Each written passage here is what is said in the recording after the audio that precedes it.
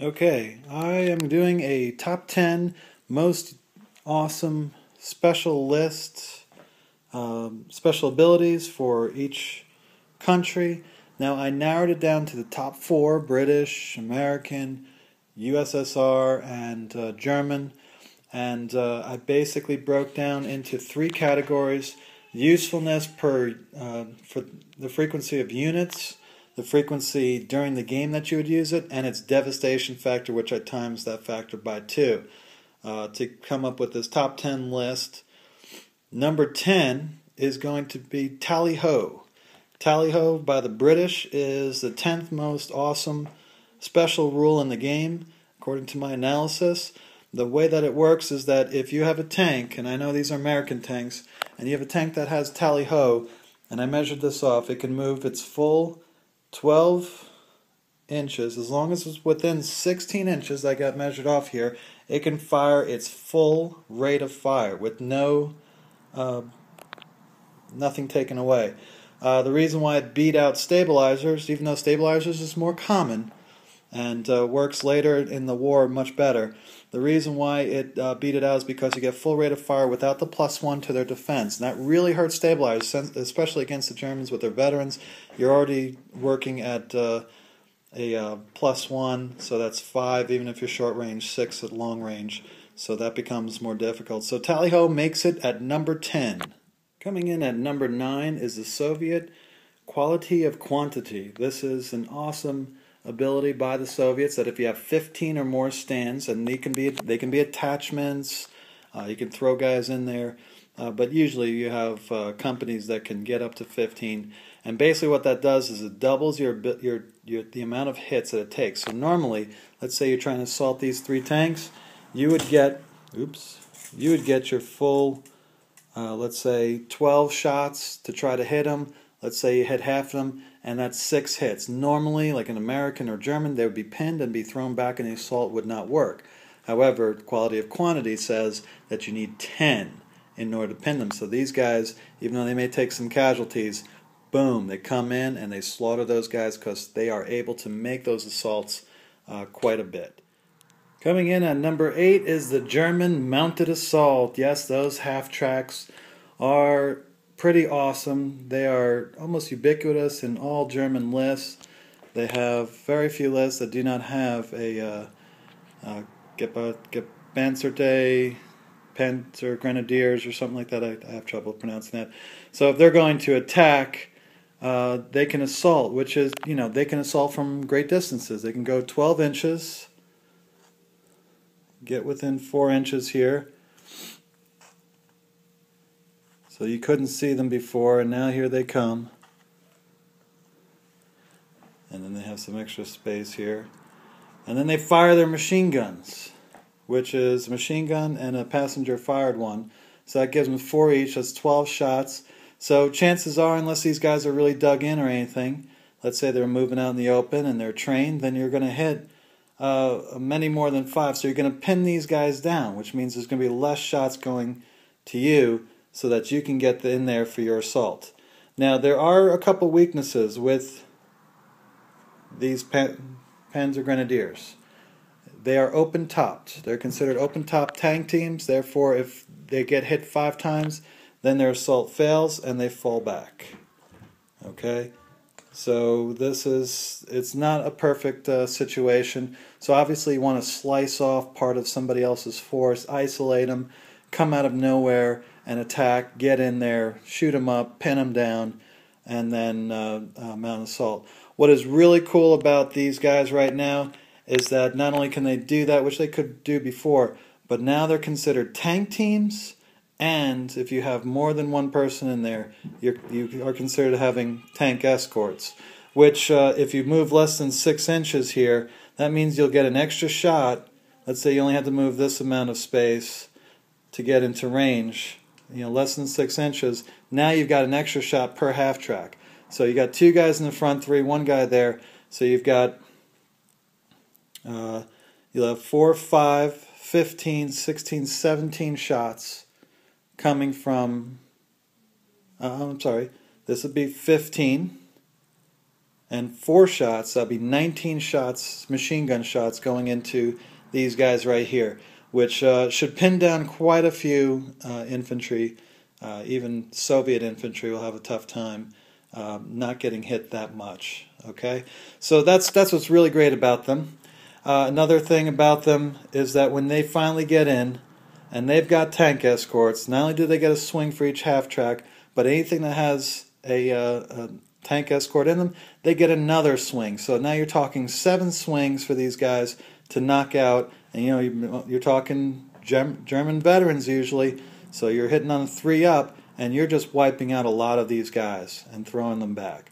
So the mounted assault is awesome. Another thing that the tank escorts do is if you go into, you're going after some guy in the forest here, you can stop outside the forest and send the tank escorts in without worrying about bailing out. In addition, let's say or bogging down. Let's say you did bog down, or even if you're bailed out, your tank escorts still give you a swing in the assault, which is totally awesome. And then after this is all over, you can keep them in there, and then you can bring out your Panzer Grenadiers to continue the fight. After the other side has had a chance and you decide I'm going to stay in there, and you bring in your Panzer Grenadiers to continue the assault. And another thing about these guys is that they can stay out there. Unlike other transports, these guys can stay out there and continue to work with the platoon, be a machine gun platform to help cover your troops as they move around, or just duck back in. The transport rules have been vastly improved, which really makes this, it was already viable in version 2, but now version 3, it is pretty darn awesome. Again, you have to be careful, very finesse, and that's why it loses some marks, is that you just can't go in and just slam people and be awesome all the time. You have to pick your targets and have a lot of guile with this. But when you do, man oh man, mounted assault is awesome. Coming in at number 7 is the German mission tactics. Here is something that it's not quite devastating. That's why it's low down the list, but it is so useful. I mean, every German unit can use it. Even some other, like American units or whatever, can use this. I believe the Finns.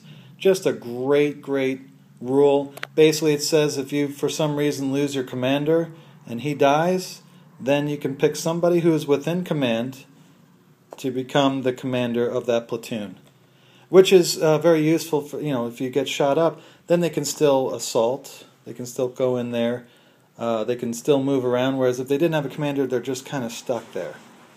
So the German mission tactics really starts to shine in the assault. If you lose your commander in assault, you have to fall back because you're going to fail your morale test. But the Germans, as long as they got a guy within in command, they will continue assaulting, which is something that's very important. You want to have your options open. You don't want to have to fall back because you made one, a bad roll. You want to limit the chances of bad rolls in this. In addition to that, a lot of German units. This is why I really like it. We call it the amazing teleporting Panzerfaust. Usually German units, the commander has the Panzerfaust. Well, if he gets killed, unlike the American units that the bazooka is dead, the Panzerfaust that's in here transports to the new commander.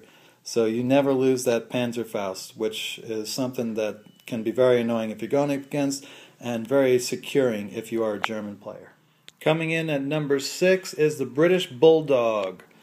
Now I'm going to use my Americans as the British, and the reason why this is so devastating, and you can use it with all these British units.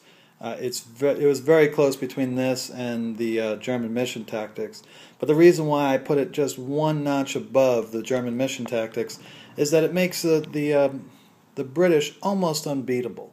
You have to pretty much wipe them out, because what can happen a lot in assaults is that, let's say you got a big force and then you fail your motivation test and they fall back. Well, if you've got less than half, then you've got to take another motivation to see if they run off the board. And they might just run off the board and they're gone. Confident, that's 50-50 chance on both rolls. And, you just don't want to do that, especially if you've got, the British usually have smaller platoons. But if you have the advantage, in size, that's something you definitely don't want to happen. So you don't want your confident veterans running off the board because somebody got in a lucky assault and took out enough guys to put you on a platoon morale check. And the British being so small, it only takes a couple of hits to get you to that point. So you don't want to get it. You want to stay in the fight a lot of times and continue to hit them with your veteran troops. And the British Bulldog allows you to do that. Basically what it says is when you are trying to counterattack and you have to roll to counterattack, you get a reroll if you fail. So it makes the British stick in fights a lot more. So it is very useful and is very devastating, very disheartening to try to knock out the British Bulldog, push them off a position, and they just won't go. So it makes them even more fearless than the Soviets.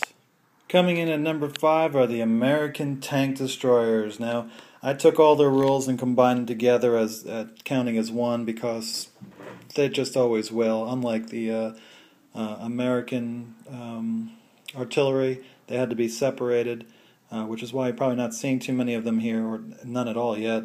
So the tank destroyers, basically, they would be the most devastating. But the problem is that you don't have as many numbers as you could on other units, and it's a one-shot deal. Basically what it does is you have to be in command of your security and your command team, when the security gets removed. So you have to be with, let's say it's within 6 inches, so you got to be here, and you got to be outside 4 of these guys here unless you're concealed by terrain. So these guys can move over here, let's say, and just decloak and blast away full rate of fire at these guys, these poor Panthers right here, side armor. Even if they're front armor, the new tank destroyers, or the M10s and the M18s, they have anti-tank 13, so even that can get through the front of a Panther, but the side, no chance. So you're going to get a lot of side chances. You can move these guys into as long as it's not their deployment zone, you can ambush them, and that gives them a lot of flexibility. Once they take their shot, though, they are very vulnerable because usually they have low anti-tank, but there's that alpha strike right in the beginning that the other side can hardly do anything about it. That makes it so devastating. With a high anti-tank, relatively cheap points, you can take out high point assets for the other side with these guys, which makes them so devastating. Coming in at number 4 is the American time on target. Combined with hit them with everything you've got and excellent communications, the time on target is a devastating thing. The reason why it's so devastating is because you can, your opponent can maneuver all he wants. It is really up to your roll. If you roll that 4 to range in or whatever you need, then they range in, and in this case you've got 155s and 105s with a double wide template. This would catch a whole bunch of guys underneath that template. You would roll to hit. You'd hit, let's say, half of them, which is about 5 or 6, and then the time on target, if you ranged in on your first try, they have to re-roll their saves, because infantry saves are really good, and this is what makes artillery ineffective, is that they'll just make their saves. So let's say we have 6 hits here, and you're rolling your saves. Whoa! You only have 2 successful saves. You have to re-roll them. All right, so they re-roll. So 4 would die on the first try. That wasn't a very good example. Let's try it again. 6 chances. Okay, 1 fails. That's pretty normal. Probably should have 2 failures, but 1 is about right. But then you have to re-roll, and there's 2 more failures. So that's pretty much what I'm talking about. Instead of 1 guy dying, now 3 guys die.